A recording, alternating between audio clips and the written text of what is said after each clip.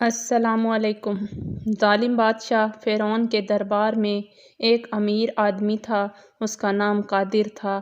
وہ حضرت موسیٰ علیہ السلام کا رشتہ دار تھا، لیکن اللہ کا نافرمان اور سرکش تھا۔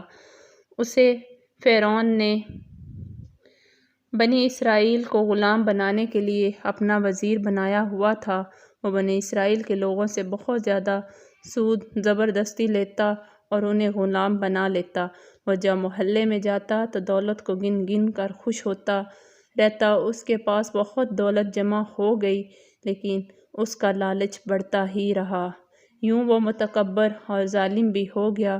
قارون نے دولت جمع کر کے سونے اور جواہرات سے کئی بڑی بڑی صندوق بھر لیے تھے، جن کے تالوں کی چابیاں ہی بہت بھاری تھیں۔ ان چابیوں کو کئی طاقتور لوگ مل کر اٹھاتے۔ حضرت موسیٰ علیہ السلام نے ہمیشہ دولت کے لالچ سے قارون کو روکا۔ وہ کہتے کہ ظلم سے فساد پیدا ہوتا ہے، اللہ تعالیٰ نے ایسے شخص کو معاف نہیں کرتے۔ لیکن قارون عیش کی زندگی گزارتا۔ جب بنی اسرائیل کے اکثر لوگ اس کی وجہ سے غریب ہو کر غلام بن گئے، وہ چلچلاتی دھوپ میں محنت کرنے پر مجبور ہو گئے۔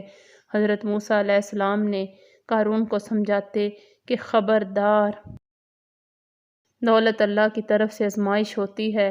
اللہ تعالیٰ دیکھ رہے ہیں کہ تم حلال کمائی ہو۔ کیا تم اللہ کا شکر ادا کرتے ہو؟ کیا تم غریبوں کے لیے خیرات کرتے ہو؟ غریبوں کو کیوں دوں؟ حضرت موسیٰ علیہ السلام نے قارون کو اللہ کے وہ عذاب یاد دلائے جو پہلے زمانے میں اللہ کے نافرمان لوگوں پر آئے تھے، لیکن اس پر کوئی اثر نہ ہوا۔ بنی اسرائیل کے کچھ لوگ قارون کے آن بان دیکھ کر بہت رشک کرتے، لیکن ایمان والے لوگ سمجھ گئے تھے کہ اللہ کا انعام صرف اسی کو ملتا ہے جو اللہ کا حکم مانے اور تکبر نہ کرے۔ وہ سمجھ گئے کہ قارون کا انجام برا ہوگا۔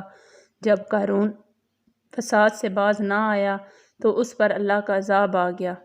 ایک شام خوفناک زلزلہ آیا، زمین ہلنے لگی، لوگ گھبرا کر گھروں سے باہر نکل آئے اور دیکھا کہ قارون کا محل اور خزانوں کے کمرے زمین میں دھس رہے ہیں۔ قارون کی اتنی دولت اسے اللہ کے عذاب سے نہیں بچا سکی۔ لوگوں کی آنکھیں کھل گئی اور انہوں نے اللہ کی نعمتوں کا شکر ادا کیا۔ اگر آپ کو ہماری ویڈیو پسند آئی ہے، لائک کریں، سبسکرائب کرنے